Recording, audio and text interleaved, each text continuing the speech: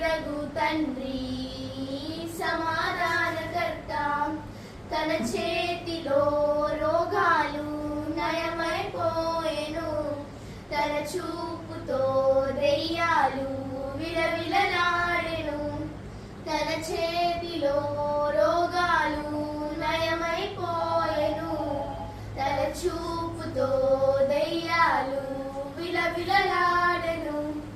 తన మాటతో ప్రకృతినే శాసించినవాడు, తన మాటతో ప్రకృతినే శాసించినవాడు. నీటిపై తీవిగా నడచిన వాడతడు, నీటిపై తీవిగా నడచిన వాడతడు. ఆశ్చర్యకరుడు, ఆలోచనకర్త, నిత్యుడగు తండ్రి